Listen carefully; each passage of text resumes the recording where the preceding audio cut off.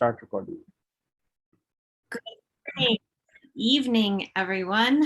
Welcome to meeting 554. I am Sheila Mcintyre, your Sergeant at Arms for today. Hope everyone's having an amazing day. We provide a supportive and positive learning experience in which members are empowered to develop communication and leadership skills, resulting in greater self-confidence and personal growth. You are now inside the code of conduct of a Toastmasters meeting. Please be advised that this meeting is being recorded and that it may not be possible to pause this recording. The following are the meeting rules. Please be advised that any behavior that disturbs the flow of the meeting will result in removal from the meeting without any warning.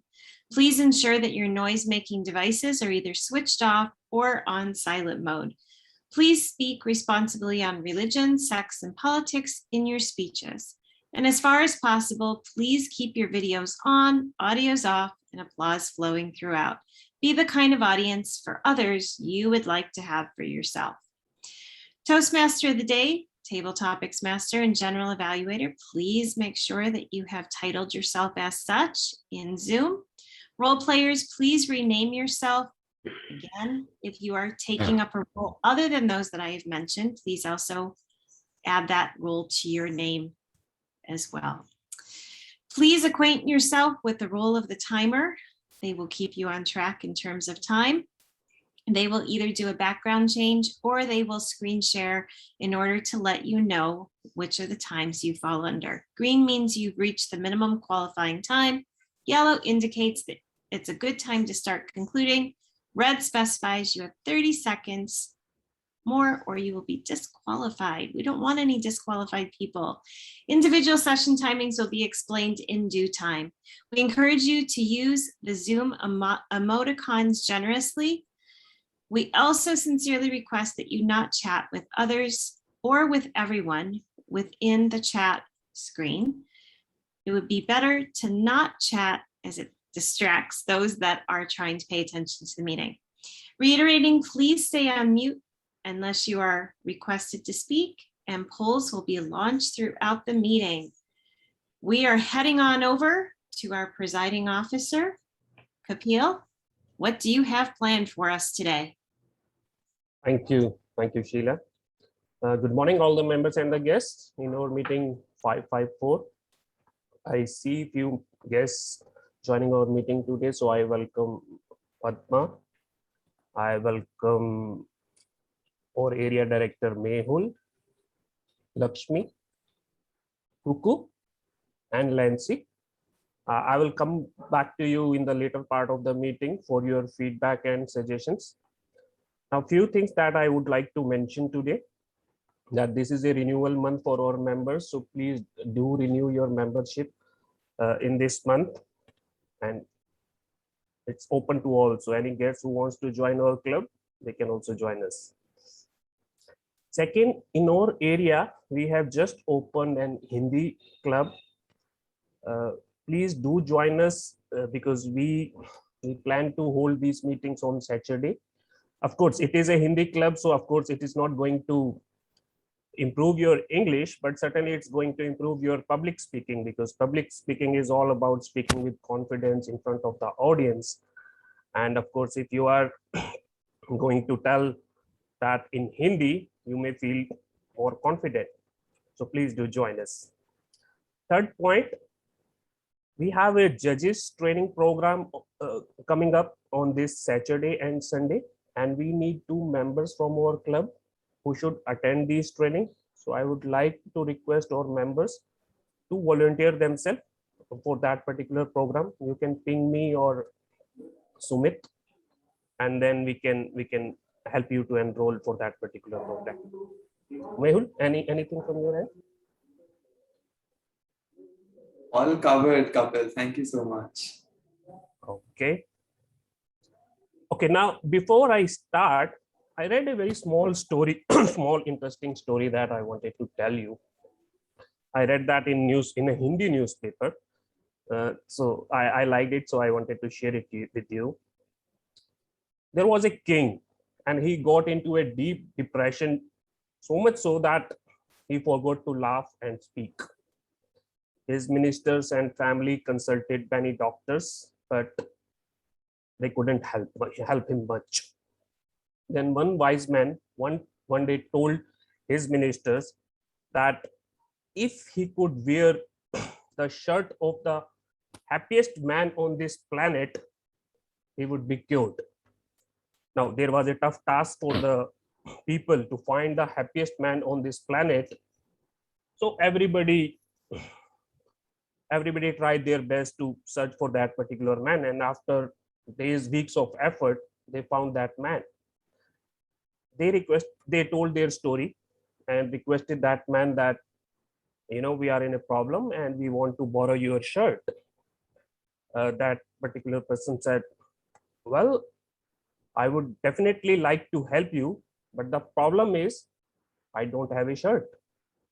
I'm so poor that I cannot afford a shirt. And the moral of the story was, you do not need money to stay happy. If you always want to pray, always pray for your good health and happiness. Now, I would like to invite a person who will never let you to go into depression. Is human. And he is none other than our Toastmaster of the day, Rupinder Singh. Rupinder, please welcome.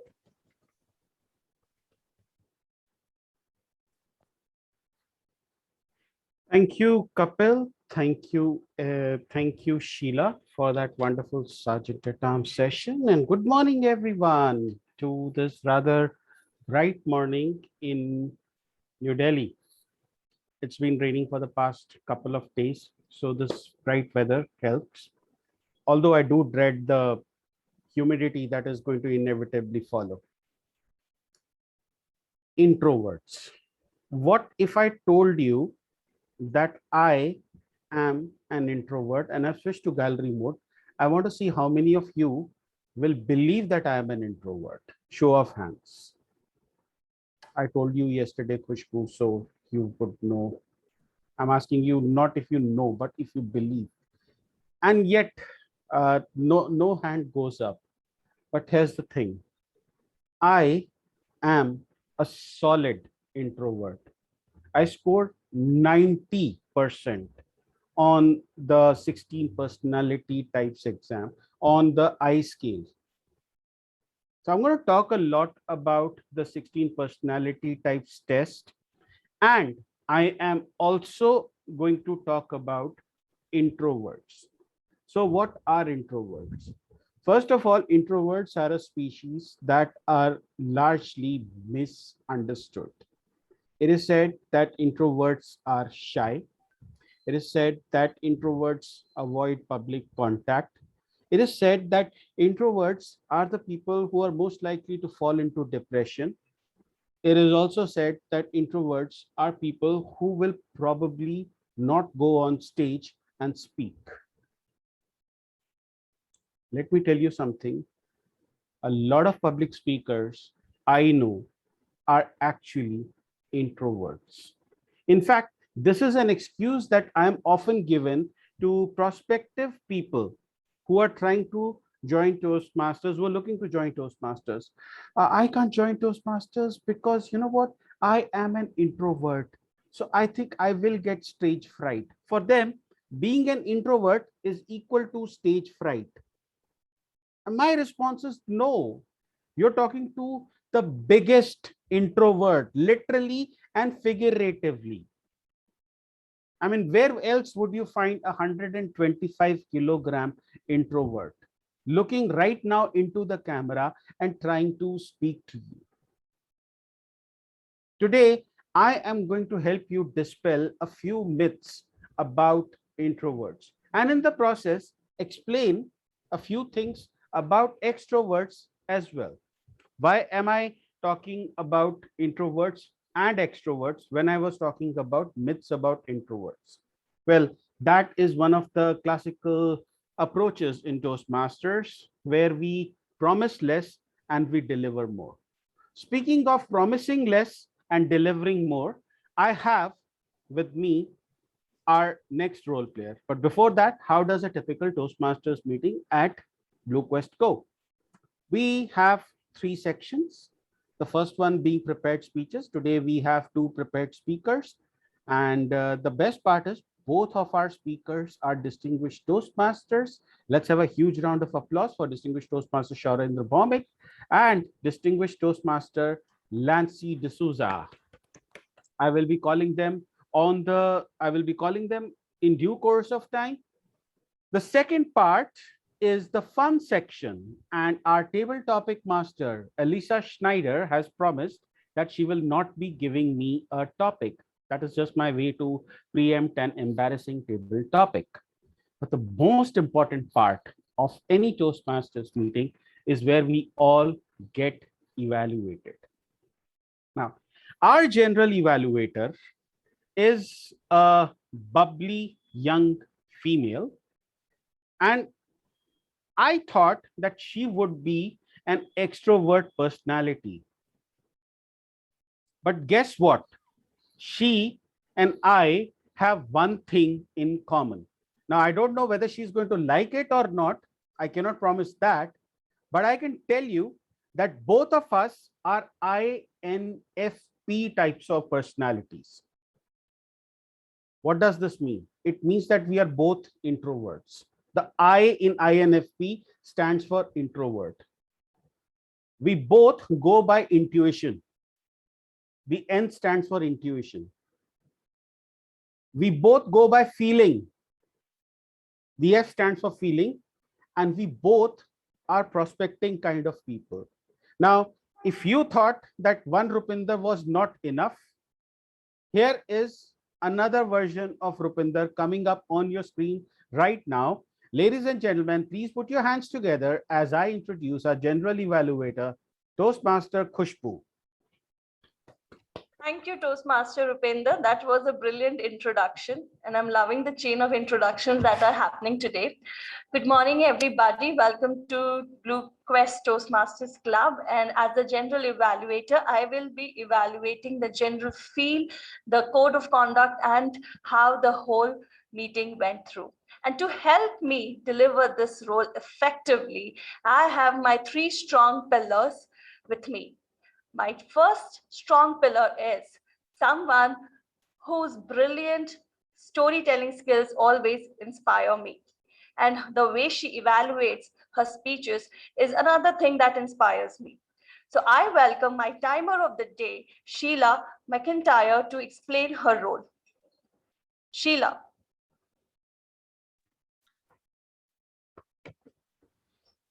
Good morning, good evening, fellow Toastmasters. During the course of the meeting, we will have a variety of things, whether it be speeches or table topics or evaluations. I will be timing the formal speeches and the evaluations, and I will alert each speaker of the time they have left using the green, yellow, and red cards, which denote specific times that is remaining. Table topic speakers should limit their remarks to no more than 2 minutes. At 1 minute, I will show the green card. At 1 minute and 30 seconds, I will show the yellow card. And at 2 minutes, I will raise the red card. I will be attempting to do this through my backgrounds. Hopefully it will go smoothly. I have not done that before, but we always use outside of the comfort zone to push ourselves to better.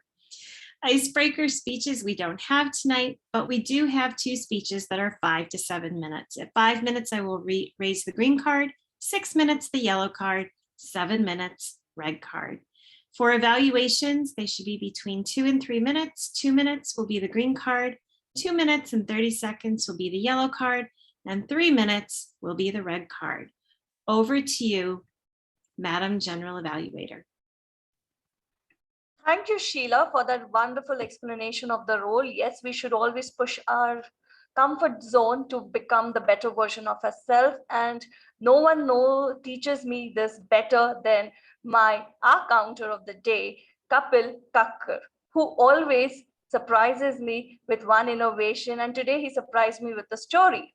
So Kapil, the floor is yours. Can you please explain us your role for the day?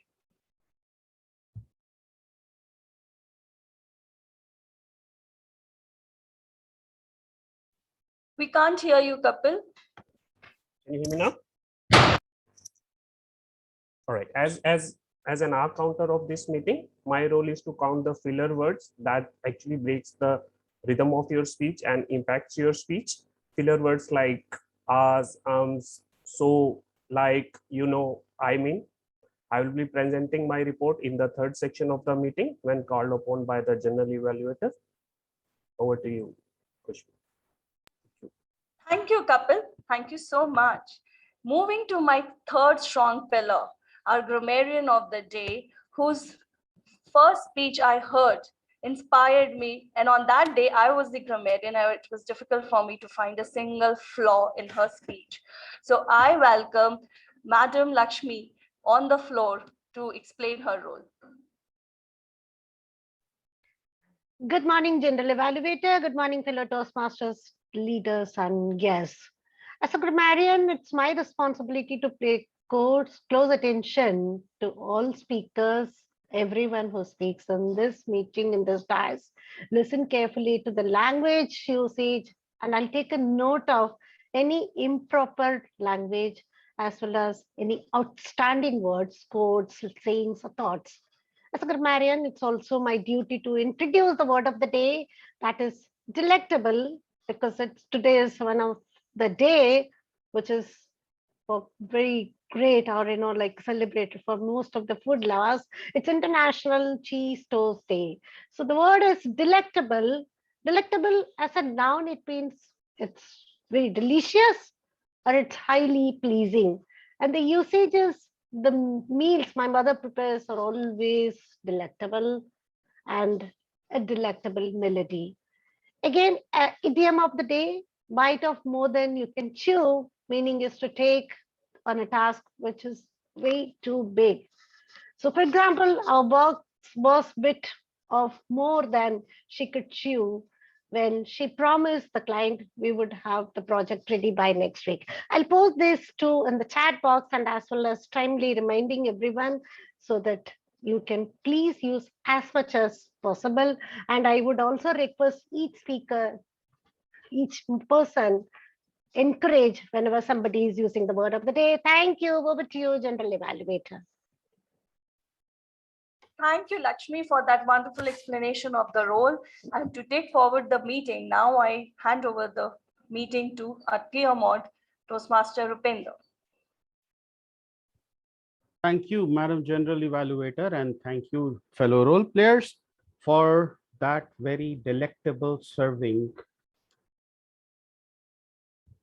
Starting off again about introverts.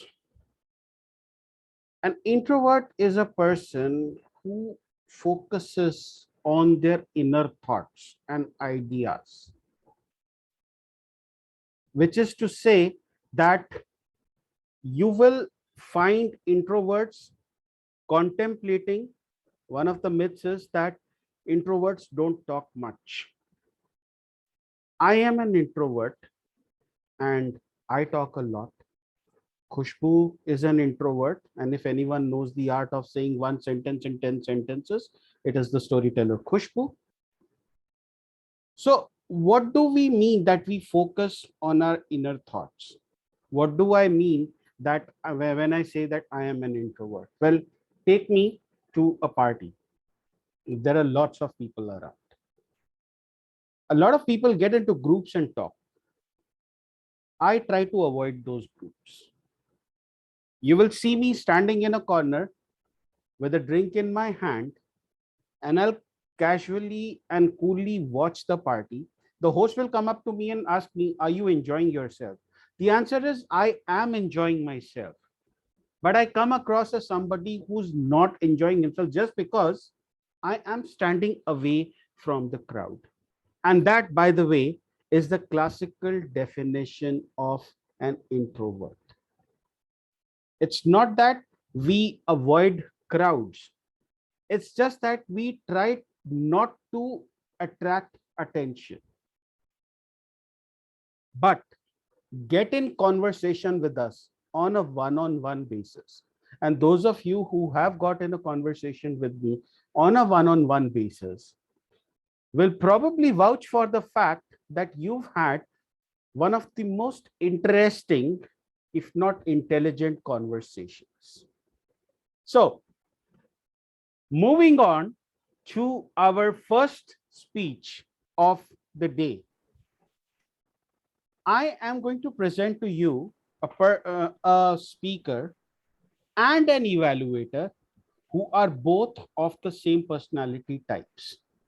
They are of the personality type ESFJ. Both of them are extroverts. And what does ESFJ means? That they are extroverts, they are observant, they are a judging type of personality, and they are also a feeling type of personality. Now, before I call the speaker on stage, I would like his speech evaluator.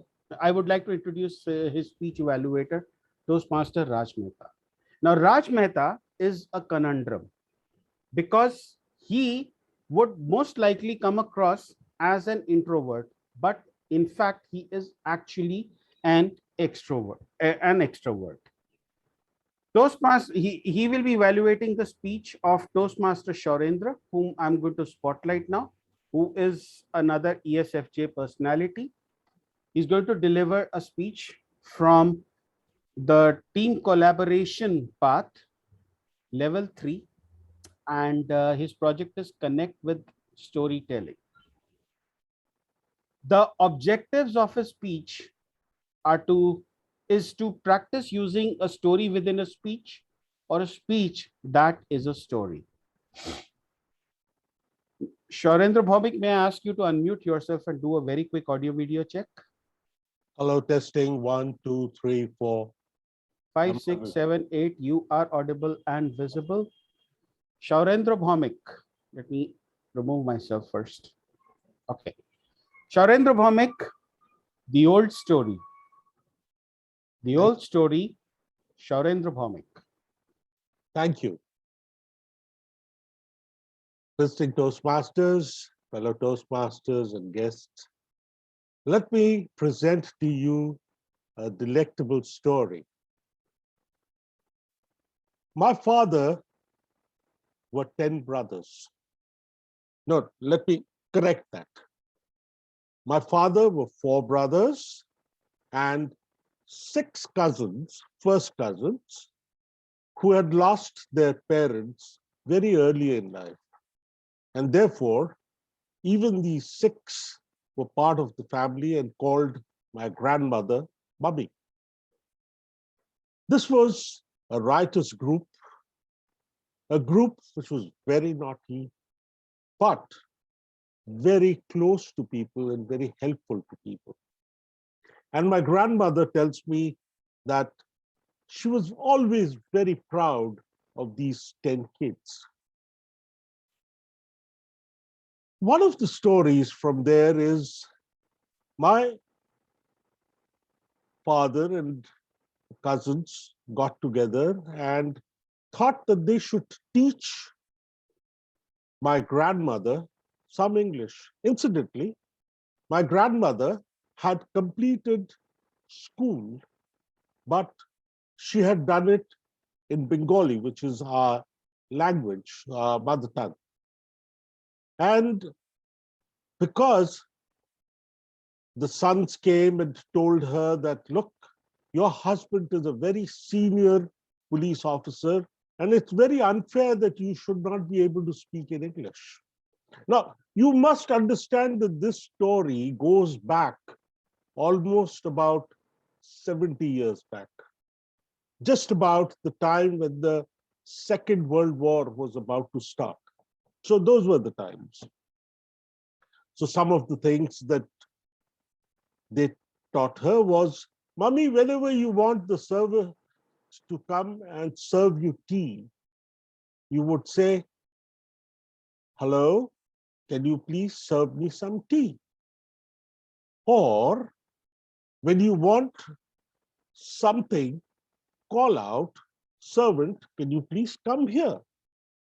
And then they taught her that whenever you see us moving around when your friends are here and you want us to go and study, tell us, go to sleep. And we will all go away and start studying in our rooms. So this is how it all was happening. And one of those days, my grandfather came in from office and he found that the house is absolutely quiet. Normally, there used to be so much of ruckus there, with the kids playing or doing something or the other. But today, it was absolutely quiet. He went up to my grandmother and said, Charu, where are the kids? She said, oh, they've all gone up to their rooms and they are studying. He was a little taken aback. Studying? And my boys studying? Didn't work out with him. So he called his man Friday and asked him, why don't you go and check up? What are these kids doing? The man Friday went up, walked into the brother's room and found them fast asleep. Absolutely fast asleep. Came down and he said, sir, the kids are sleeping. My grandfather said, oh, it's only 6:30 in the evening. How come they're sleeping? Why don't you just call them and bring them to my room? So Man Friday goes, wakes them up, gets them down, and they're all lined up, all 10 of them, right from 14 years old to 4 years old, studying in the school, the local school, Patna High School, from class 12, sorry, I beg your pardon, from class 9 to class 2. And then my grandfather asked him, why are you sleeping? He said, well, mommy told us to go to sleep. So we went up and went to sleep. So we went up and said, asked my grandmother, did you ask them to sleep? He said, no, I'd asked them to go to study. So what did you tell them? I told them to go to sleep. So grandfather realized that these people have been up to their naughty tricks. He came back and said, incidentally, isn't today the day when your results were supposed to be out for your half-yearly exams? And everyone was there, looking down and quietly standing in front of them. So he asked the eldest one, Jitu, how did you do in your exams? And the youngest of the brothers, Ashok, looked up, smiled and said, Papa, Bhaiya has not been able to pass his exams. He's failed. My grandfather looked at Chitu and said, Chitu, is it true? He says, yes, Dad, I failed. So next was Nitin. Nitin, what about you? Nitin also kept his head down, didn't say anything. Guru and father knew that even he had failed. And so this interrogation went on and on and on. And finally, my grandfather realized that all the kids had actually failed. Now, Rana, who was the so-called brilliant student, who was very good in his studies, always did very well, and a very studious kid, was the last one who my grandfather asked. Rana, with a lot of hope in him that at least he would be the guy who would today have passed his exams, and asked him, Rana, what about you? And then again, Ashok said, Papa, he's failed. So grandfather said, why? He said, Dad, my teacher said, look, everyone in your house has failed. How can it be that you are the only one who I can allow pass? So I've even failed you. Now look, there's a learning in this. The learning is that when we work as a team, if the team fails, the team fails. But that should not be the impediment that we should be facing. It's important that even though we fail, we get together, work together, and be successful. And that is what team collaboration is all about. Over to you, Mr. Toastmaster of the day. Thank you.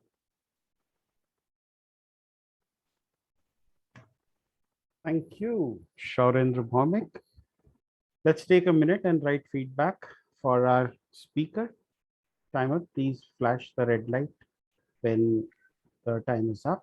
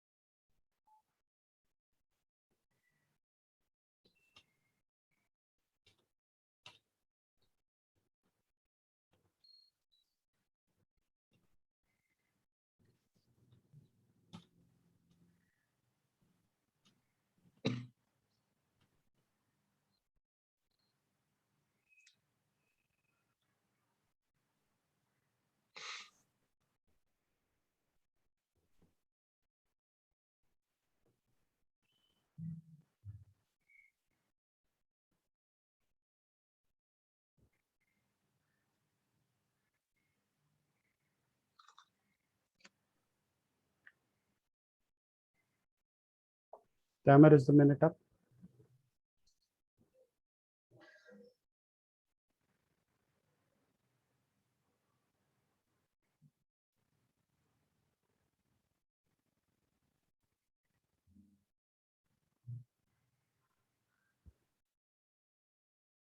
Okay, I'm going to use the clock on my screen and assume that the minute is up.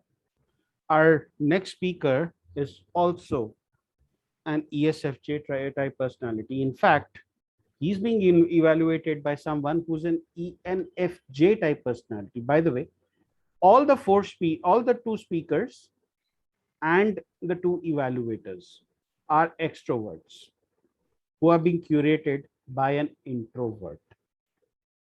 Nature sure has a balancing act, I can tell you. Lancy is going to be evaluated by Anna, and his project is Introduction to Toastmasters Mentoring. The purpose of his speech is to share some aspect of previous experience as a protege. Lancy, before we begin, can we very quickly have an audio video check for you? Right. Am I audible? Am I visible? You are audible and you are visible. How do I get to see the timers card? I will spotlight the timer for you. I will add them to the spotlight as soon as you near the green card. All right, much appreciated. No worries.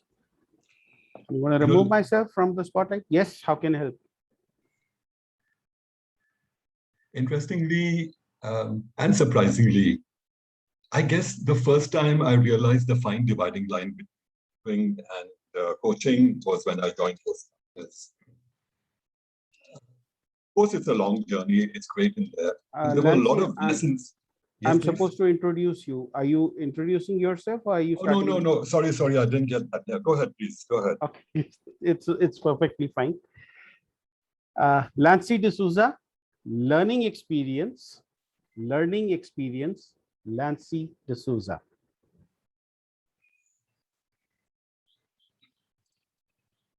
Surprisingly and interestingly, the first time that I learned that there was a fine dividing line between coaching and mentoring was within the Toast community. Of course, when it started off a long time ago. And I also learned one of those famous quotes, which I strongly believe is don't wait for an opportunity, create it. So along my Toastmasters journey, which I'm going to share with you of 3 incidents. The first time when I was doing a project, it was the 3rd one. I believe it was Get to the Point, the old syllabus that we had in there. And I walked, all said, ready to go. Of course, I had a mentor that helped me out. Matthew Sturian, one of the stalwarts in the club. I landed up, I was at the podium. I started off my speech, absolutely confident, knew where I was going in there. And then it happened. Just a minute into the speech, we have a podium. The gavel that we start with reading fell off, slid down the podium on the ground with a thud. I had a mental block. I tried again. Members were saying, go ahead, Lancy, go ahead. But it didn't work. So then I got back to my seat. But I guess that was a defining moment. It was the general evaluator was sitting at the side of me. He said, Lancy, would you like to try your speech again? And I thought, don't wait for an opportunity, create it. I grabbed onto that straw. And he said, okay, fine. After the fourth speaker is finished off, you're going to have a break. After the break, get your senses, come back again. The club gave me a chance, a second chance. And I did get back in there, and I did go through the whole modality, walk through the entire speech in there. Of course, I was disqualified, but I think that was not the criteria, or that was not the validation for me at that point of time. It was, I believe, the trust and the respect. I believe it rhymes very much with that tagline, right? RISE, R-I-S-E. It was respect at that point of time. A lesson learned well. And as I graduated on, and I'd hardly finished 4 months, Matthew Skurin, my mentor, and being a stalwart, was doing a 30-minute technical presentation from the old manual. And he called me up and he says, Nancy, I would like you to be my evaluator. And I said, Matthews, oh, seriously, come on. No. But I'm just a rookie. I've been like every 4 months in there. I've hardly finished 2 speeches. He said, no, but I believe in you. You can get the work done. I have to say that it took me an entire week to go to his project, work on that one. And on the day, I believe I did justice because I did win the best evaluator for him. And the members did come in back and said, I mean, that's amazing for a 30-minute technical presentation, which I didn't know a darn thing from Adam and Eve. His line, but it was what worked for me is because of his belief, his trust. And I sincerely understand where service comes in Toastmasters, which rhymes in R-I-S-E. He was doing a service for me.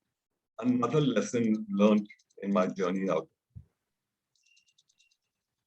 I had a lot of mentors and they came to my rescue. So when I won the club level at the International Speech Contest and representing the club going across to the next level, which was at the area level, 4 of them decided, sorry, there were 3 of them. 4th person was basically a mentor. The three of them came. I know they coached me for the first part of it. That was for the area level. We had separate meetings away from the main club meeting in compounds. I was in Saudi Arabia, in houses, and they would sit down for about an hour, cross-examine, help me out with inputs, etc. For that short duration to get across to the area level. Yes, I did win at the area level. But I believe from coaching, it went on to mentoring, because coaching is for a specific one, a short term, whilst mentoring is definitely a long-term one. They were determined that I would use all my talents, a protege, advance my little talents that I had in there, but they were the ones that handheld me across the journey. It went on to the division level. And there were times we were spending hours just to get together. Matthew Skurin got me into the vocal varieties. Satish Kinney got me into the body language. And I had Austin Nevis, a friend of mine down under, who helped me out with humor. Going through all the 9 yards, they perked me up in there. It was a different matter, ladies and gentlemen, that I won the 3rd place. And that's the one lesson that I learned. Winning is not important. Wanting to win is the process. And where the Toastmasters mentoring comes in and tells you, go to the whole 9 yards. Learn pick up everything, the fine nuances, the fine elements before you prop yourself into the limelight. Winning is different because once you win in there, you think you're the brightest kid on the block and absolutely you're going to the next one. Winning is the one thing that you go through all the trials, tribulations, the ethos, the pathos. You understand relationships, interrelationships, dependence, interdependence. You need people, you need mentors to help you out in there. During some part of my time, I did come across this particular one and it helped me out in there. And let me trade you, this is a little thing that happened with a young boy and his father that walked into a store in Chicago for Christmas. And they picked up a lot of Christmas gifts. But as they were leaving, the owner had a little bowl with candy in it, went across to the little boy and said, "Son, take as much candy as you want." He looked up at his father. The second time, the owner said, "Please take as much as you can." And the second time, he looked at his father. The third time, when the man said, "Take as much," as the father came to his rescue, bent down, picked up a whole lot of candy, and walked out with him. On the curb outside, he said, "Buddy, what happened?" The uncle said, "You can take as much candy as you can." But he looked at his father and says, "But Dad, your hand is bigger than mine." But that's the time I realized that Toastmasters International has got a bigger hand in the metamorphosis. It mentored me all throughout the years that I have been there.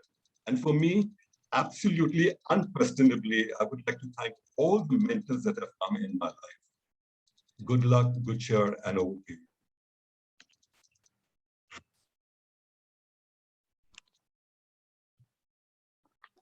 Thank you, Lancy. Such a wonderful speech, and I will keep that in mind the next time I do my mentoring project. Let's have 1 minute of silence so that the audience can write feedback for Lancy.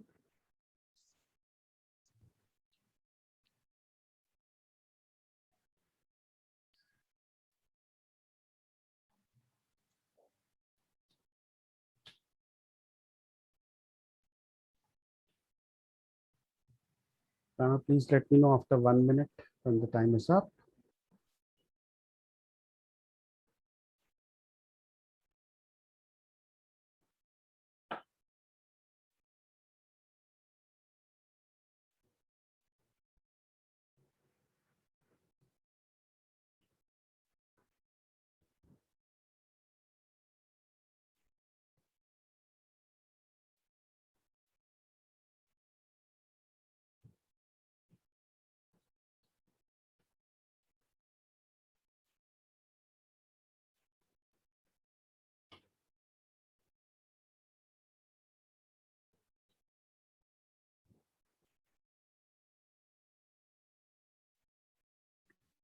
One minute's up. Thank you very much. I'm very quickly going to launch the polls for the best speaker. Please cast your votes.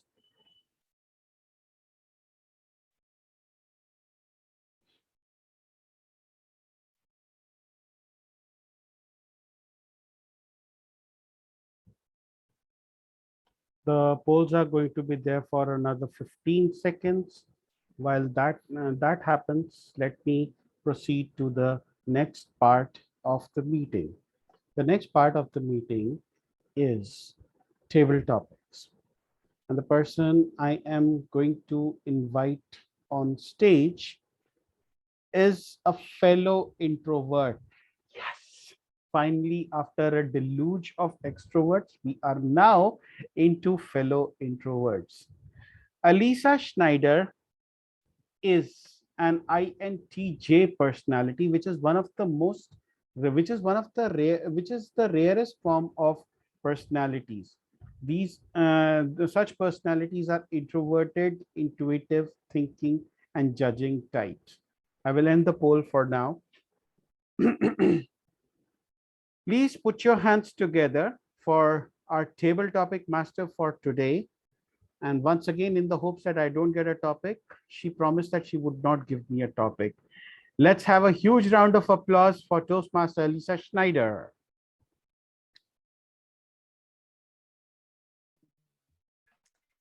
Thank you so much. And good morning to each of you. Wonderful to have you here. Now, introverts and extroverts.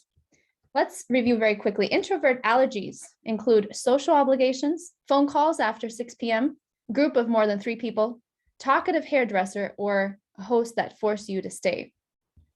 These are the introvert allergies. Now, this morning, we're going to try and break some of those allergies with our table topics, true or false, and see if we can get you introverts a little bit engaged in debunking some myths. You'll have to determine, is the presentation true or false? Now, for you extroverts, here's a quick quote. Extroverts say, I desperately need people. I recharge by sitting near those I love, laughing at their antics, and sharing stories, because being by myself is exhausting.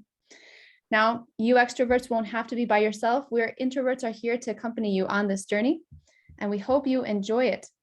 Now, simple enough. I will give you a question and you determine if it's true or false. You'll have 1 to 2 minutes to do so. Now, let's pick on someone. Okay, we're just going to go around. Let's start with Padma. Padma, would you be willing to go first? Absolutely, absolutely. Padma, in your estimation, do tell us, true or false? If you throw a penny or a small coin from the Empire State Building or a very tall building, you could actually kill someone. True or false? Over to you. I think it is true. I have read in my physics at school that ultimately the force is also a function of the velocity.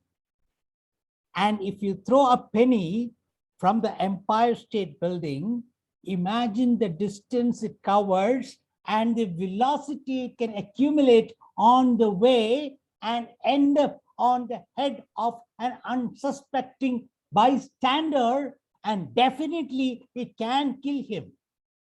I recall a question that got me stumped when I was in school, where our teacher asked us, if I were to give you an option that I will drop a ton of iron or a ton of cotton on your head, which would you choose? And a lot of us put up our hands and said, a ton of cotton, please, sir. And there it went that, listen, a ton of iron and a ton of cotton were exactly the same. And it wouldn't make any difference as to what is the object. It is the weight and the distance it travels that gives it the velocity and the ability to cause the harm that it can. So definitely the answer to your question is a penny, even it looks so lightweight, can still have the power to kill somebody if it travels a great distance, such as from the top of an Empire State Building, build up enough velocity and drop on the head of an unsuspecting bystander. That's it from me.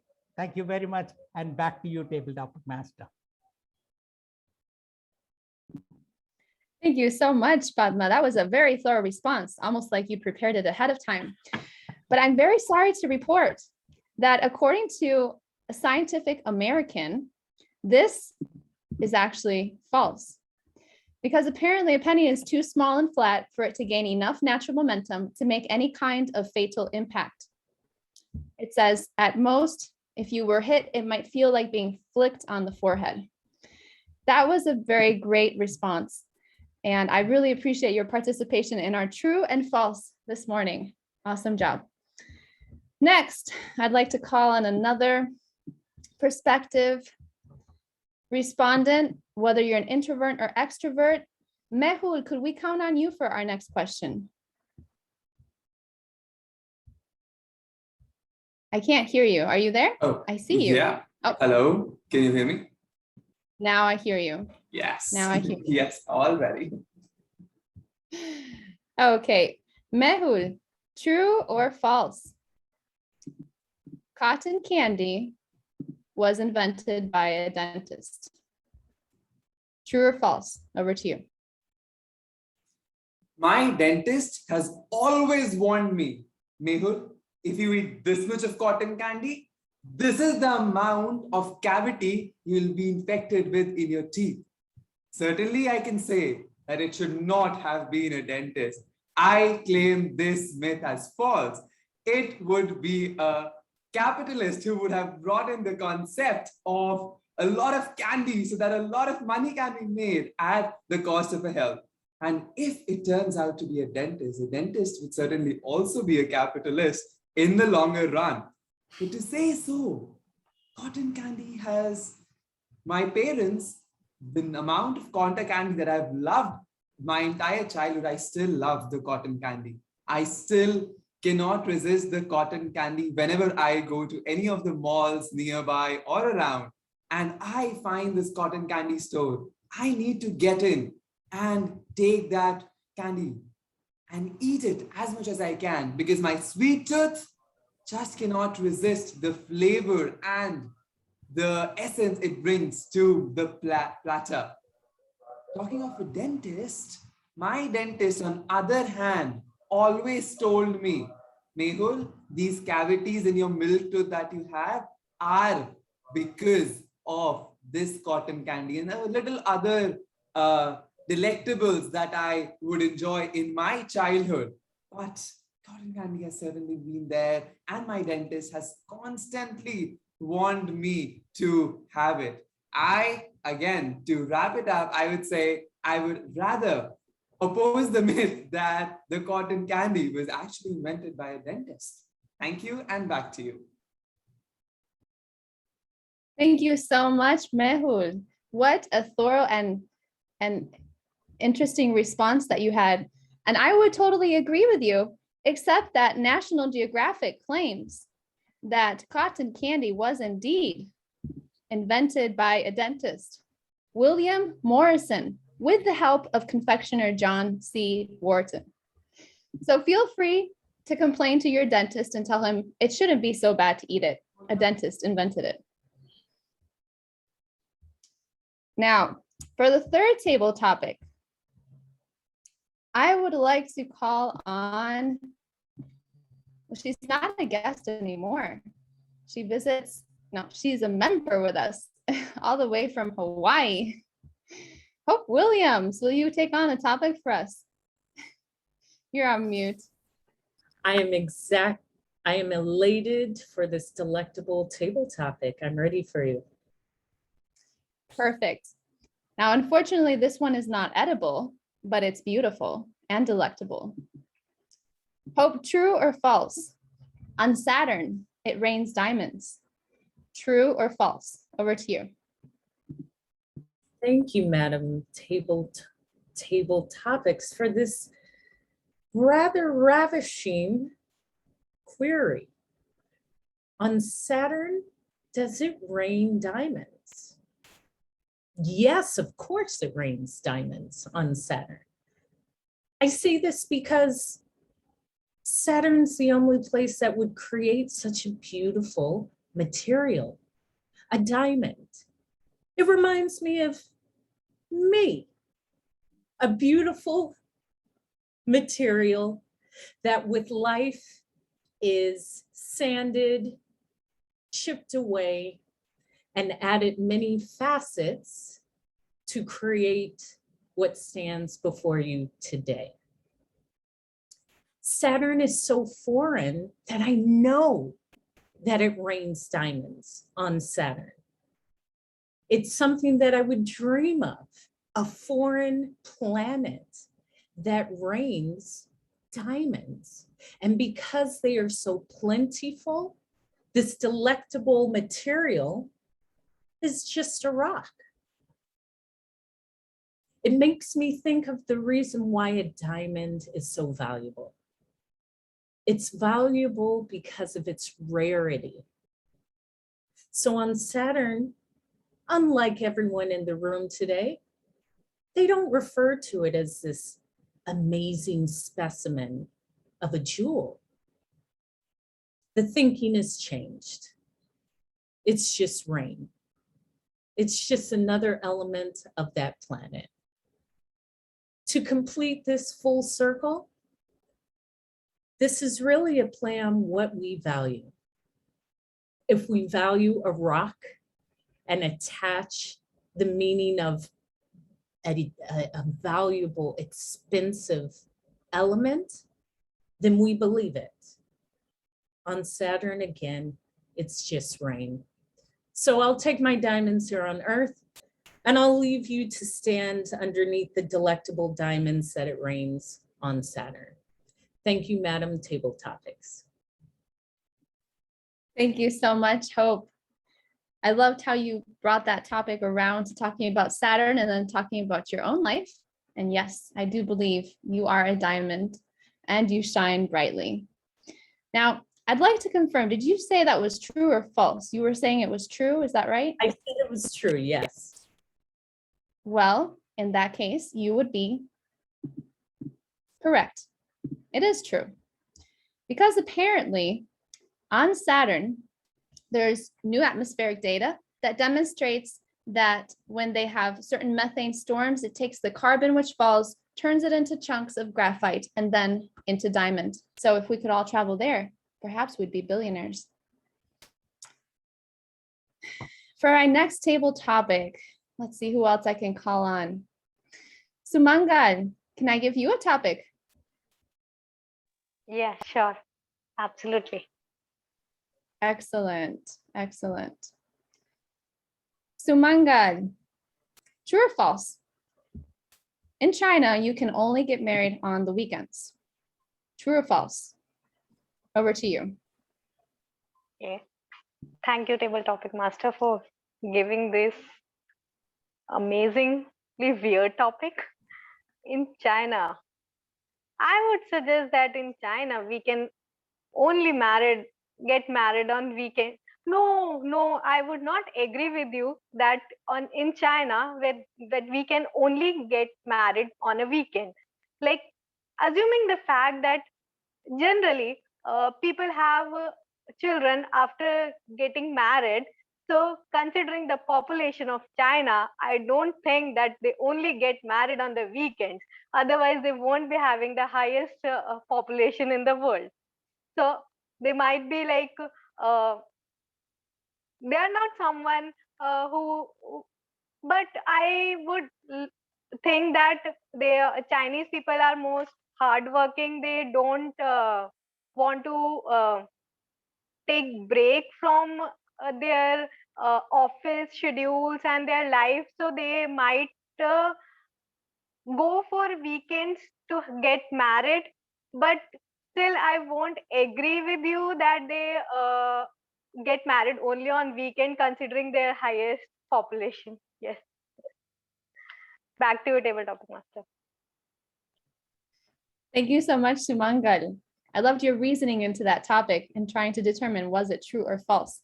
Wow, I can't tell who is an introvert or extrovert. You all are doing a fabulous, fantastic job. And in answer, Sumangal, you are correct. It's false. As far as I know, you can get married on any day. Great job. Let's see, we do have another guest with us. I'm hoping I'm going to say this correctly. Kuku, would you be interested in a topic? Yes. Excellent. I've got one for you here. Kuku, true or false?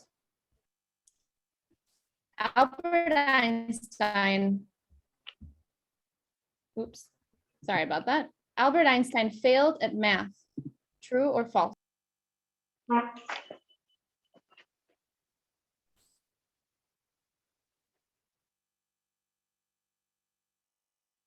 This is a conundrum for me because I know, well, based on the Netflix show I saw, he was an accountant, a bookkeeper.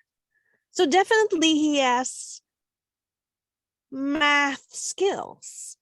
But then again, Albert Einstein is one of the most famous INTP guys. Definitely an intellectual. However, he has, as all INTPs, have issues focusing.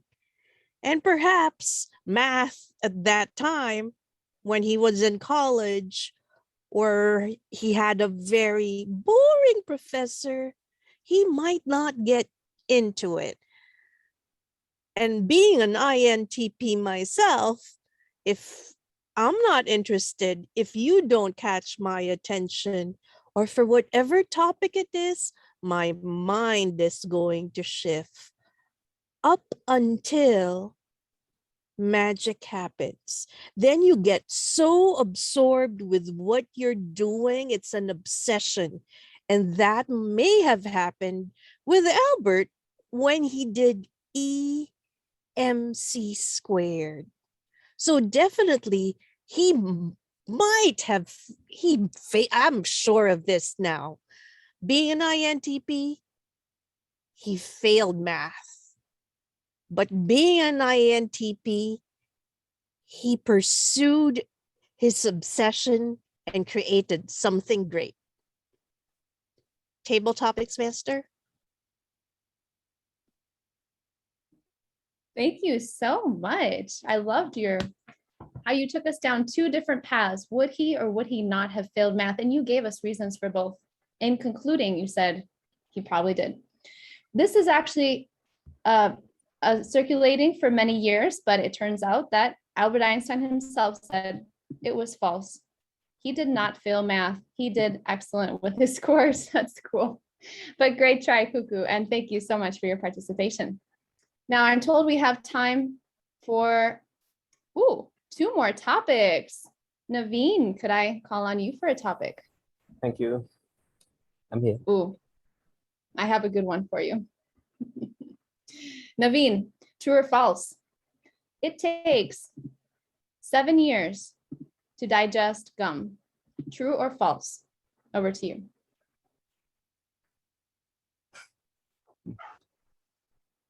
Fellow Toastmasters, healthy living is always vital for us. And of course, a dietitian recently told me, or I would say just about a year ago, told me, that is, avoid anything which goes to a factory. Try to be natural in your life and try to eat things which are living or the living food. Ever since then, I've taken her advice. And of course, I have seen a lot of benefits in the past 1 year. I've seen benefits of my blood sugar level going down. I feel more energetic. And of course, a lot of things which are known as the superfood, for example, spinach and bitter gourd and a lot of other food items have become the norm, which I consume almost daily. So taking her advice, I realized that how I was living my earlier life. I used to feast on junk food, and which also used to include gums and a lot of things. But then I asked her out of curiosity, why are you saying that? Why did you say that I should not consume any processed food or any food which goes through the factory? So she told me that is the time it takes to digestion, because we do not have the digestive enzymes which are required to consume those products. Whereas the more fresh a product is, the more green a product is, and the more it has chlorophyll within them, the digestion process is going to be seamless for your body. Of course, in them, one of the key products which really comes in are a processed food, like for example, or the junk foods, I would say, which also includes gums, which takes a long process time. And of course, to get rid of them from our body, it requires a nightmare of a detox process. So the thing is, to avoid those detox process, why consume them in the first place? So avoid them. And of course, I do believe that a gum could take a lot of years to digest, as a lot of junk food does. So there's a high probability for that. And I wouldn't disagree with that. Over to you. Thank you so much, Raj. Sorry, Naveen, what am I saying? Naveen, someone gave you very good advice. It is true, we don't want to eat junk food that does do a lot of damage.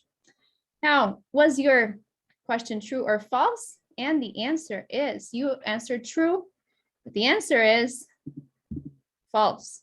It does not take 7 years, because according to Mayo Clinic, your body can't actually digest gum at all, even in 7 years. So the gum doesn't actually stay in your stomach. It just moves quickly through your digestive system and exits the body through the stool. So no worries, if you swallowed gum, you're not going to die. You'll be okay. Up next, I think we have time for one more topic, and I have Raj on the list. Raj, for you, last one, true or false? If Jupiter replaced the moon, this is what it would look like. If Jupiter replaced the moon, that's what it would look like. Over to you.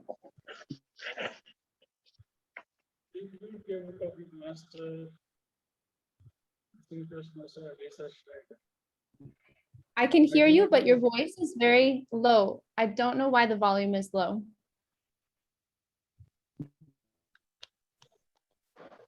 Am I audible now? Now you are. Thank you. Thank you. I do not know what will happen when Jupiter will replace Moon, because that is not something of my concern. But I am concerned with that if I shall be replaced from my position, what will happen in the incubator?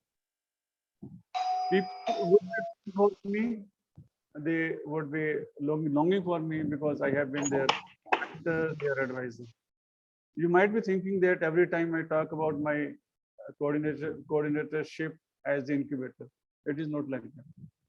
It has gone into my blood, and once I won't be there, that I will also miss. But at the same time, if I talk about if Jupiter replaces Moon, so Jupiter is the farthest planet, and Moon being very near to the Sun. So it will bring a whole lot of change in the atmosphere as a whole. It will bring a cooler, it will make the Jupiter the hotter planet, and then the Moon, and Moon then shall become a cooler planet.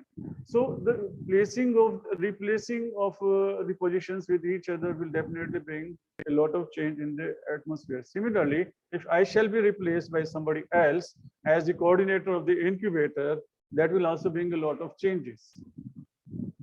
I believe that this is possible because I'm not somebody who cannot be replaced. I can be replaced because there are people better than me. Similarly, Jupiter can also replace Moon. So I believe that if Jupiter replaces the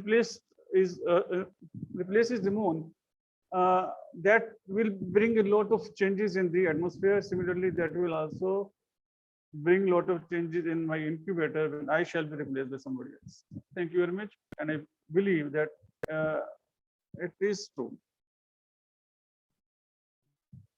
Thank you so much, Raj. So if I heard you correctly, you said, yes, it is true. Okay. Well, let's see. Was this a myth or was this reality? Ladies and gentlemen, the answer is true. Yes, indeed, that's what it would look like if Jupiter replaced the Moon, and that's how you would see it. Pretty amazing if you ask me. I think it'd be kind of fun. Raj, great job. And I'd like to congratulate everybody, particularly Hope, Sumangal, and Raj, who got it right. Whether or not you were an introvert, I can't tell, but we did debunk some myths this morning. I hope you enjoyed that. And now to debunk a few more myths, I'm going to hand it back over to our Toastmaster to let you know a little bit more about introverts and extroverts and what to expect. Thank you, and over to you, Rupinder Singh.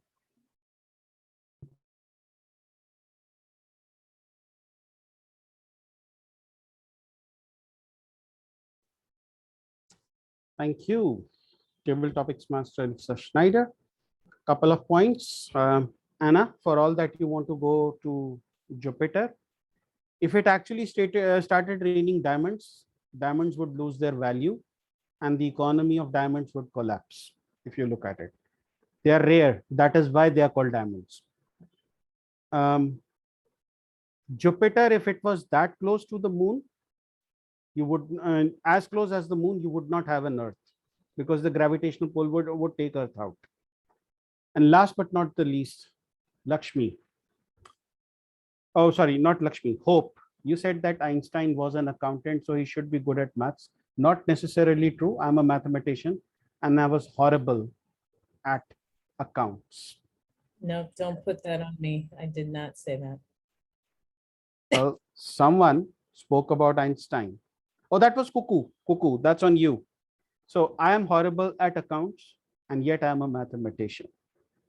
And that is the kind of, those are the kind of misconceptions that people have about introverts as well.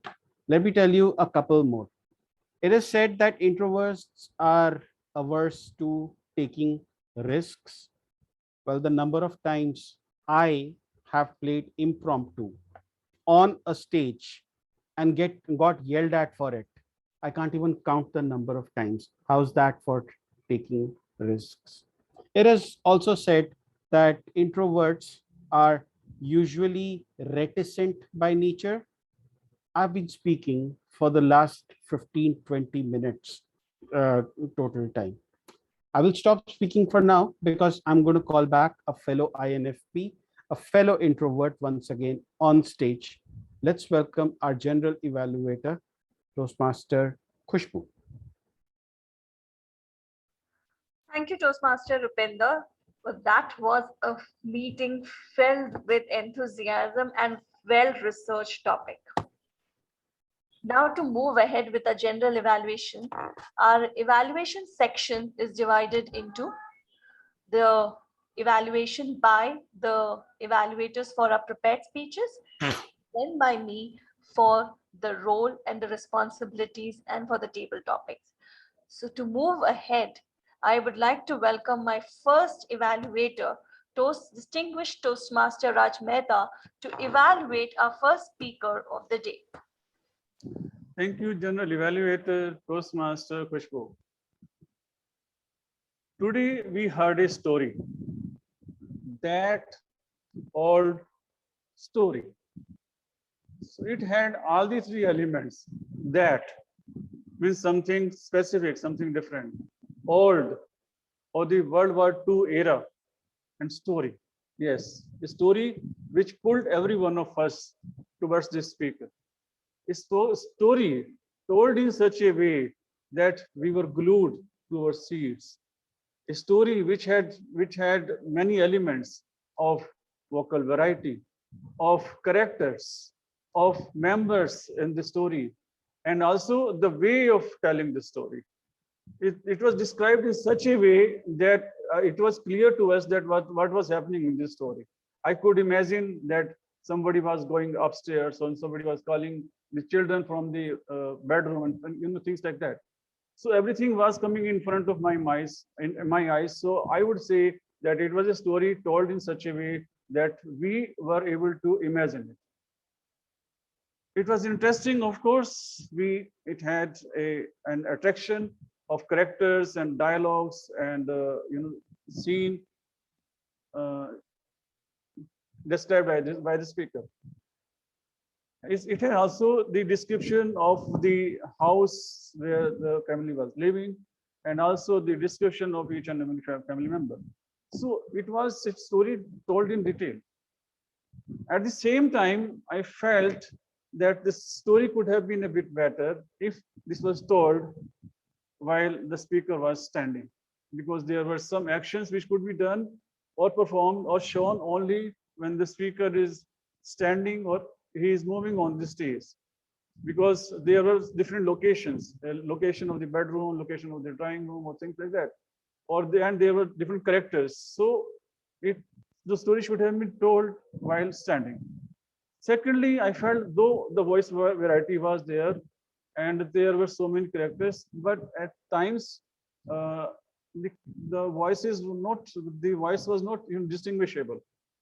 I would say if there is some character and he or she is speaking in a high voice or high volume, the other voice should be too low, and that the difference was not coming up. At the end, I would say it was a story told in a way that we could imagine it as if it was happening in front of us, but if it was told while standing and some more distinguishable voice variety could have been brought in the speech that would have added, gem on the diamond. At the same time, I would say that the speaker was using too many connections, or like and so it needed to some extent a little more in preparations. Otherwise, a story told in such a way that we were there in the story itself. Thank you very much. Thank you so much, Toastmaster Raj. Now I welcome to our next evaluator, Toastmaster Anna, to evaluate our second speaker, Nancy. Anna. Thank you, General Evaluator. Nancy, this is the first time I have heard you speak, and I absolutely was mesmerized. I felt as though you were speaking directly to me because you had such great eye contact and focus on who we were speaking to. I was pulled in as I have realized how many mentees I've suddenly achieved or gathered, and have been inspired by you in the amount of support or motivation you receive from your mentors. So thank you for sharing that. I want to tell you that the very first story you started talking about with the gavel dropping on the floor, I could picture myself there. I don't think that my first competition, the gavel fell, but I remember being caught off guard and just losing everything, having no idea what I was supposed to say.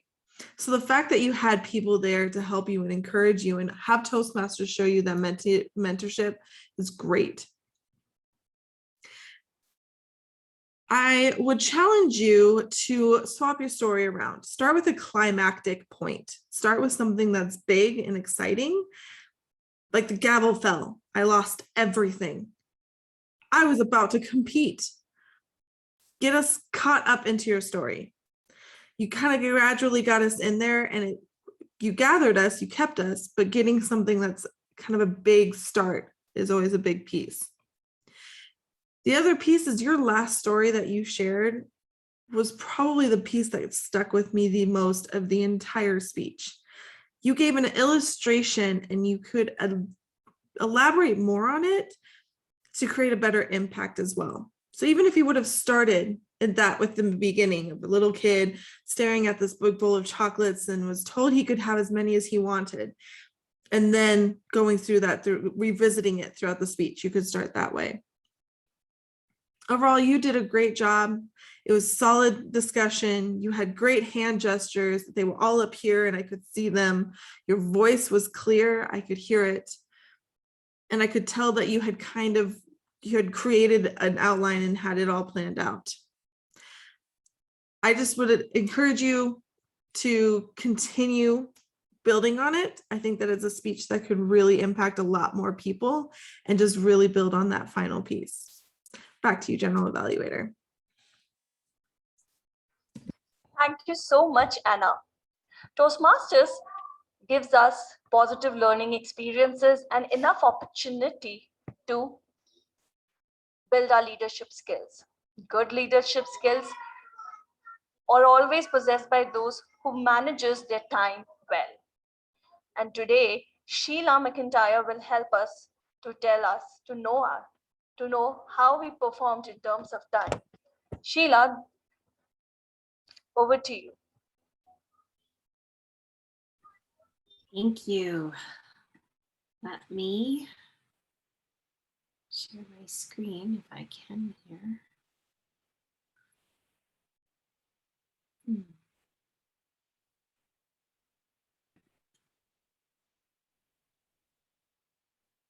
Do I have sharing? Sharing is enabled.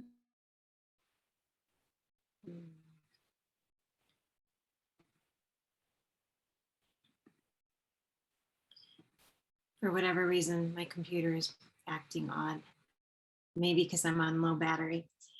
I will just quickly go through the timings. I had it all pretty, but you'll have to envision it in your head. You'll have to imagine. Everyone did really well for evaluations and table topics, was within time, when that was including the grace period. Unfortunately, both of our prepared speeches went over. Surinder had 8 minutes and 3 seconds, and Lancey had 7 minutes and 34 seconds. So unfortunately, our prepared speeches went over. That's what I have for you. Over to you, Khushbu. Thank you, Sheila, for the crisp report and saving our time. And moving further, our speeches are often punctured by our crutch words. And we have our crutch word expert, Kapil, who will tell us how we performed today in terms of the usage or the not so usages of the crutch words. Kapil, over to you. Thank you, Khushbu. I'm sharing my screen.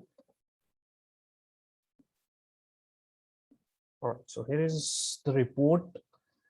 I'm glad to mention that some of the table topic speaker did not say even a single crutch word. I mean, that's amazing to see. Regarding our T mod, I have observed one short pause in Rupinder's speeches so far. Khushbu, you had one crutch word. Alisa, there was none. Shorendra, you had one so, one like, and one short pause. And Lancey, at the start of your speech, you took 2 ahs and ums, and then it was all fine, barring 2 more short pauses and 1 repeat. Again, the report is self-explanatory. So Raj, you spoke 3 ahs and ums and 2 so's and 1 repeat. And Sumangal, again, you spoke 6 ahs and 1 like. You have the habit of speaking like a lot, but I think today I didn't observe any. Raj, in your evaluator role, your total of your crutch word was 8, 5 ahs, 1 I mean, 1 short pause and 1 repeat. Anna, I did not observe any filler word. Thank you. Over to you, Krishna. Thank you, Kapil.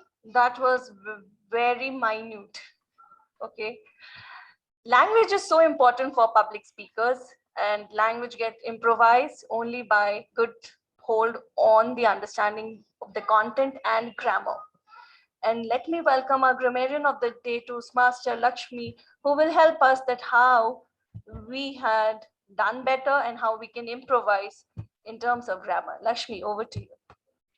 Thank you, General Evaluator, for calling me on the dais for the grammarian report. And I'm happy to share my screen. Today, I could learn a lot from this meeting. There are a lot of words which it was going overflow. You know, I was very delightful to have learned so many beautiful words. Especially the host of the day, Rupender Singh, had given so much opportunity to gain. It was really getting overflow for me. It was just like one of the speakers said that there's a candy which my hands were not enough. Well, the host of the day, he used pretty great words: introvert, extrovert, conundrum, dispel, observant. And while he was explaining about feeling types, could have been, replaced with emotions. And Toastmaster Soren Bhumik, impediment, and he was a little bit confused with the tense and all. Speaker 2, defining movement, stalwart. And well, he was using just a minute, should have been just before, or having bigger hands, should have been having bigger hands. And table topics, just the first speaker, velocity, and the third speaker, plentiful, fifth speaker, conundrum, intellectual, obsession, and seventh speaker, incubator, and well, the sixth speaker, instead of just fooders, it should have been junk food. And Raj Mehta, blazing off, that was a little, which I found little maybe unheard of. And during the evaluation, he said, we were in the story. That was a striking moment. And instead of the story told, should have been the story was narrated. How is the family? Should have been how the family was.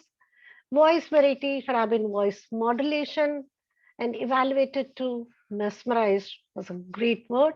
Word of the day used by host of the day once, table topic first speaker once, and table topic two once, and table topic master used once, and the second speaker used once, and Hope Williams used 3 times. That's a report from my side. Thank you, and over to you, General Evaluator. Thank you, Padma. That was really great report.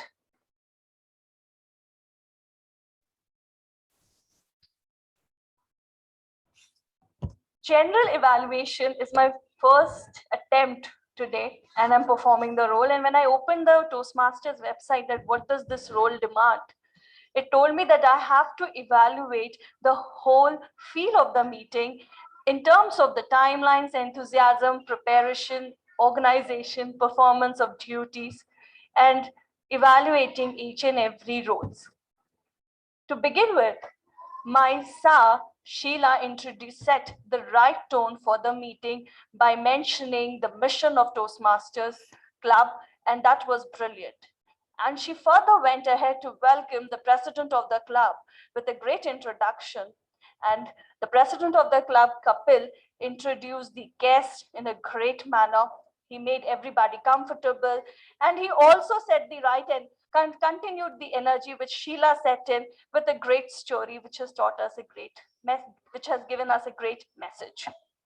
And the way he introduced our TMOD, that was brilliant, because our TMOD not only conducted the whole meeting with a great, well-researched topic, but he kept us hooked by telling us how each and every member and the guest are in terms of their personalities.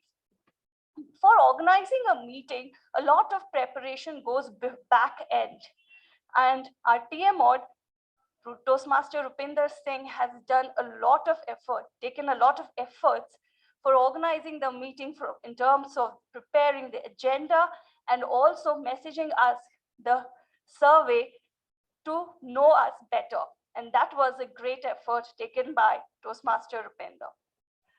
To move further, our first evaluator, Toastmaster Raj. It was a great way to hear you every time how you evaluate speeches. Today, somehow I felt your smile was missing. Every time your smile is always there on your face. But today when you were giving the speech, the smile was missing. Another recommendation that I have for you, when you told Toastmaster Bhaumik that he could have shown some respectable, distinguishable actions, both in terms of voice variety and body language, you could have given us could have shown the speaker options how to do it. This would have helped him to have a direction on how he can improvise and have more clarity for future improvement. But your style of giving the evaluation is always appreciable. Moving to my second evaluator, Anna, you are inspiring to me always. I just love the way you give your evaluation, and that always teaches me that how I can improvise. Our table topic master, Elisa. Elisa, I felt that there were 2 TMODs today, because when Rupinder Singh has done so much good research on the topic, you have put in equal efforts in knowing the topic and putting up the facts, and I love how you put each and every topic at your backdrop, and that is a skill I need to learn from you. So great job, Elisa. Quick evaluation for our table topic speakers. Padma, I loved your story. I was completely hooked. I literally felt that the penny was falling from the Empire's building down. One recommendation that I have, that while delivering this speech, you were looking down. Right now, you're also looking down. If you can look up into the black hole, it can give us a better view of your face. Mehul, great vocal variety. I loved how you placed your speech at different paces. Hope, great storyline. One recommendation that I have for you is, when you deliver great content, a continuous flow of sentence will make it far more effective. So Mangal, keep the camera a little bit back. Otherwise, I have seen a great improvement in your table topic attempts. So kudos to you. Kuku, I loved how you presented your table topic. One recommendation, if possible, switch on your camera before delivering the table topic, or give the audience a reason why your camera is not switched on. Toastmaster Naveen, brilliant table topic. And the same recommendation that I have for you, which I gave to Toastmaster Hope, is a continuous flow of sentence will make the speech far more effective. Overall, great table topic session we had.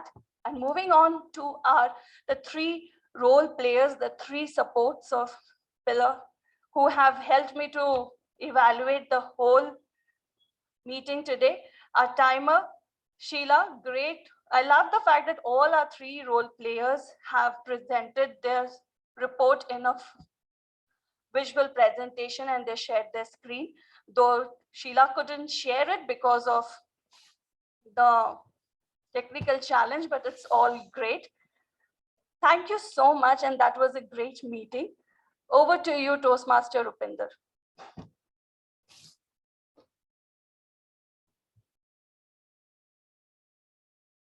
Thank you very much, General Evaluator. I'll tell you one thing that is true about introverts. I have seen a lot of introverts who do not know what to do with a compliment, present company included. I see a lot of people who, when they are given a compliment, they respond with such grace. I can only wish that I could do that. Perhaps that is a learning for me. And I hope today's meeting was a learning for you as to what introverts are. But a larger learning that we have for everyone is we don't even know whether people are introverts or extroverts. So let's try to stay clear of judgment. The other day, I got judged for my eating habits. I'm a non-vegetarian, and I suddenly became an animal murderer just because I eat non-vegetarian food. And I feel that as a society, as a community, we can do without these judgments. Imagine you were in a speech contest and judges had a knowledge that you were either an introvert or an extrovert. Would that not affect their bias? So let's stop judging people on any basis. That was it from my side. It was an honor being the Toastmaster of the meeting. Hope you had a good time. And now you'll have an even better time as I hand you back to our presiding officer, Kapil Kakkad. Thank you, Rupinder. What a delectable meeting it was today.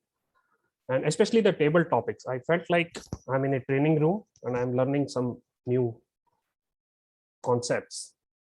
Okay. Now, Rupinder, while you compile your results, let me take feedback from our guests. Nancy, are you with us? No, yes. Okay, Padma, so let me start with you first. How you felt about today's meeting and any suggestions? I loved the meeting today, especially a huge call out to our table topics master. I think the topics were chosen so elegantly that each topic could potentially have been true or false. So it was really an exercise where we were made to think on our feet, even as we were talking. And kudos to all the table topic speakers. I think people also did a brilliant job in terms of taking on these topics. And again, finally, with the table topic master disclosed whether we were right or wrong, she was so non-judgmental.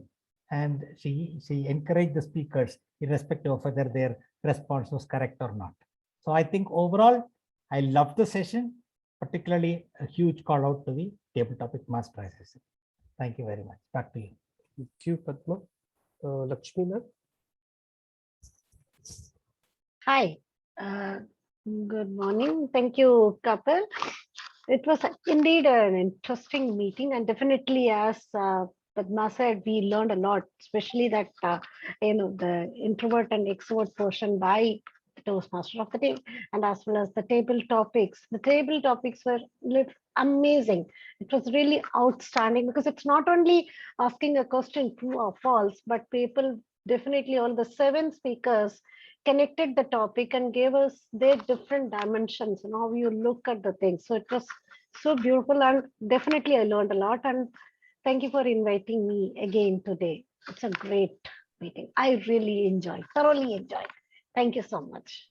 Quite evident, Lakshmi. Thank you. Kuku?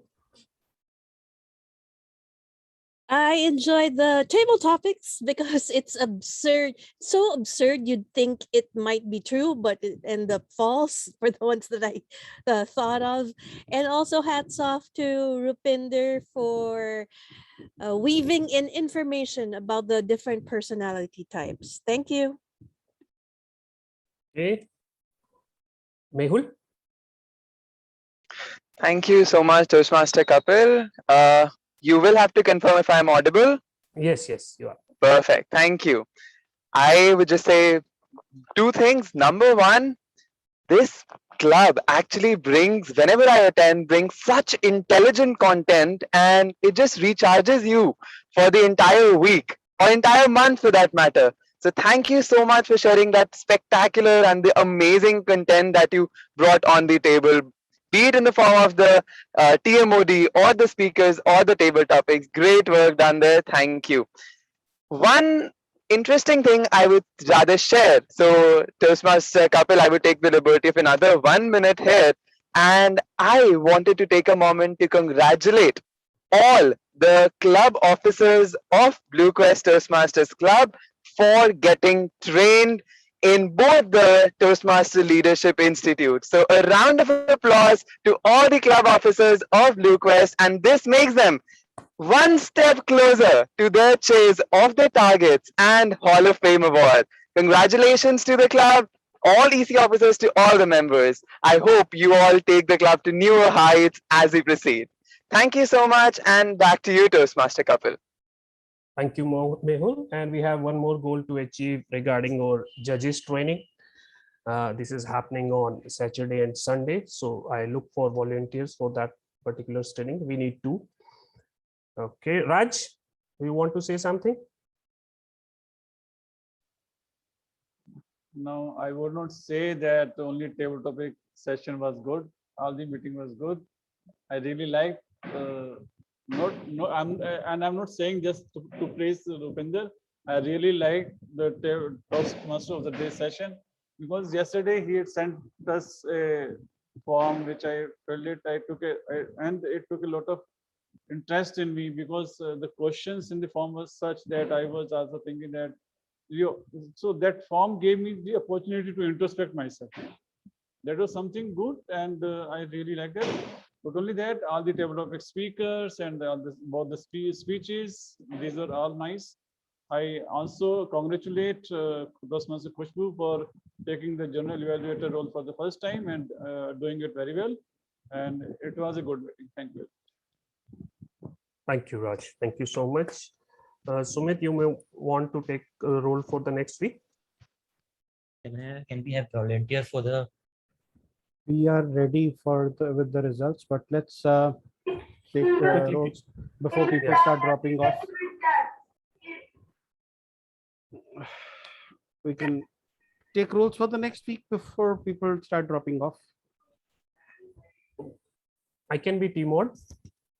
Oh, wonderful. What is your theme? I'll decide. I have in mind, but I will still. Okay, I'll give you a call. Yeah. Yeah. Any other volunteers? I'll be speaker next week. A speaker next week. Who's that?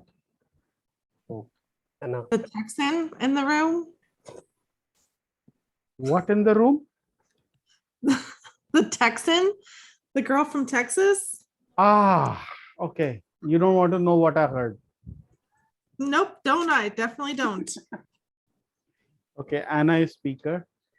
I'll be a speaker next week, Raj. Hope I'm Williams is a sorry. speaker. No. Woohoo! We have Oh man, hope. can I retract now? No, you I can't. don't want to go against her. No, I chose to speak because you are speaking. We're You are- diamonds. We have to sharpen each other. That's why. Yeah, I've had enough of diamonds today. Come on. So, Kapil, that means you can't be the presiding officer next week. Sumit, you are the presiding officer then. Done. Sumit, put me in any role that you would want me to be in. You've not done general evaluator in a very long time, Will Sharendra. do. Will do. Okay. And Alita? I can take whatever role is needed, whichever one you prefer. We'll put you up as a backup. Now let's have her as a speech evaluator. Yeah, that's okay. Sheila, speech evaluator for you.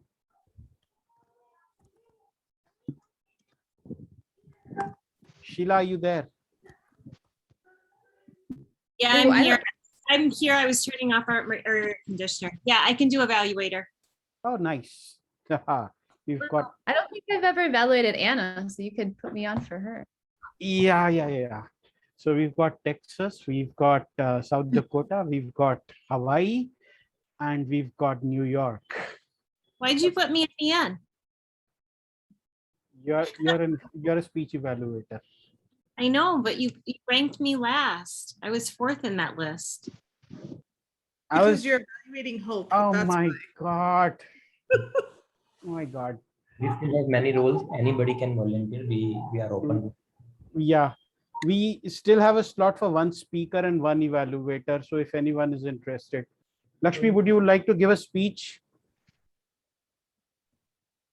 She has left the meeting.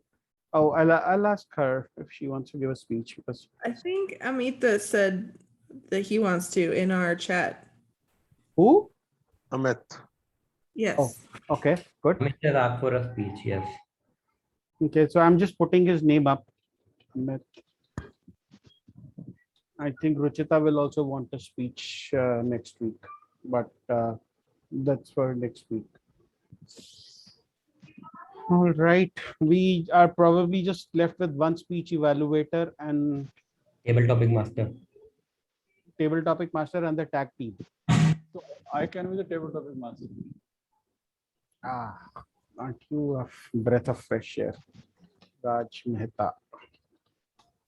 So we're left with the tag team then, and one speech evaluator.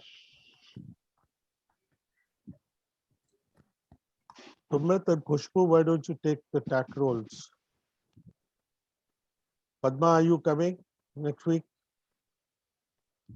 Padma is too busy winning table topics, so he enjoys that.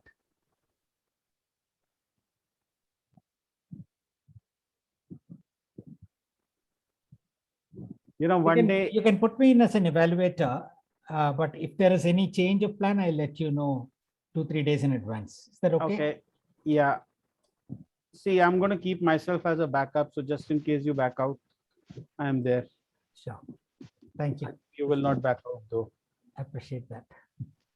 Oh, I need to take a role. Otherwise, Raj will give me a table topic. Oh, that will be vengeance personified. I can still give you. I can still give you. I am a role player. I can't take table topics. Whosoever you are, sir. Sumit, If you're in the meeting, you will get what a is table topic. Sumit's role? Sumit is not playing any role. Sumit, I'll whatever is left in the end. I'm going to give you grammarian, Sumit. It's been a while. Sure, I'll do that. Okay. Khushbu. Now we Khushbu, timer or our counter? Our counter. With such a long R, it had to be our counter. Yeah. That is the most ironic statement for an counter I've heard. Okay, we are just left with a timer. We can ask in the group if we can find a timer. And Kapil, I need the theme for next Yeah. week. We'll roll out the poster. By evening, I will do. Yeah, I have not yet shared the certificates. So let me go about sharing them. I'll very quickly run through the certificates.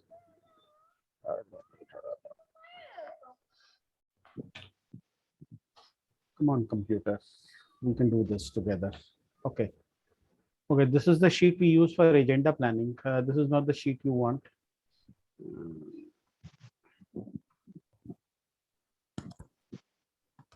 Let's start with the standing ovation award.